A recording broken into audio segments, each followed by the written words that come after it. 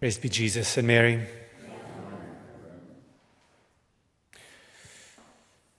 God does not usually suspend the laws of nature. Things happen according to those laws. So it is that when people hurt each other and inflict suffering on each other, that suffering is painful, it hurts.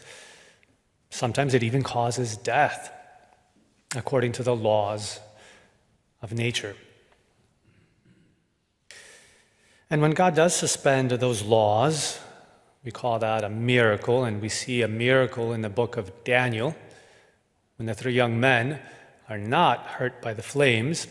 When God does suspend the laws of nature, it is for the purpose of teaching us, reminding us that those laws obey God. Those laws are in place for a purpose.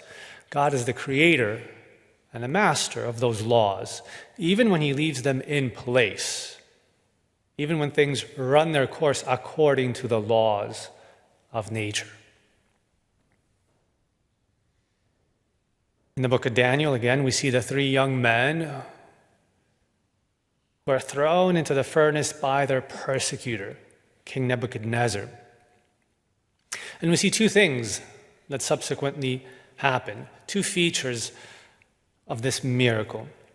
God allows the miracle. Why? So that we believe, we are reminded that even when laws run their course, God nevertheless is their master. So what happens? The 3 young men are thrown into the furnace bound, tied by the strongest men in the army. And the only thing that is burned are those ropes that bound them. When Nebuchadnezzar looks into the furnace, he sees them loose again.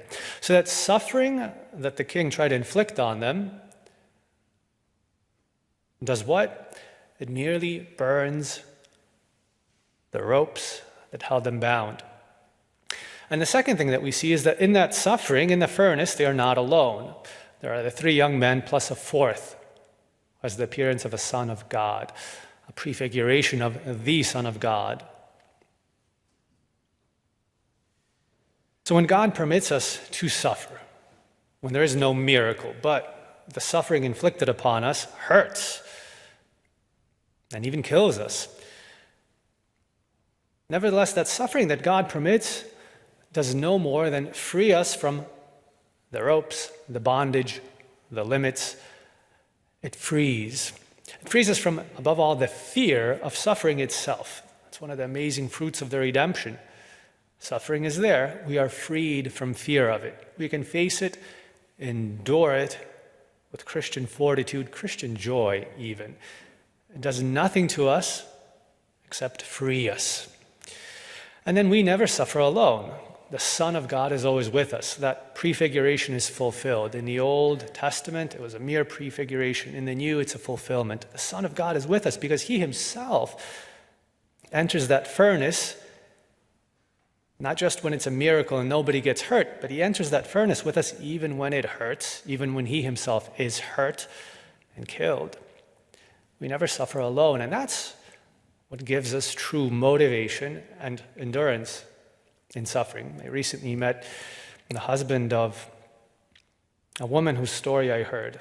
Short version, amazing, edifying story. She was her whole life debilitated by one condition after another, a life of suffering.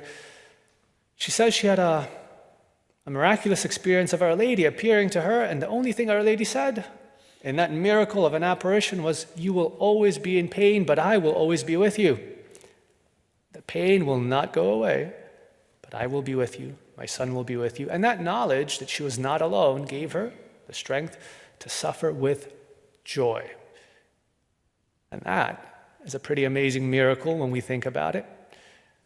We love to hear about healings, they're great.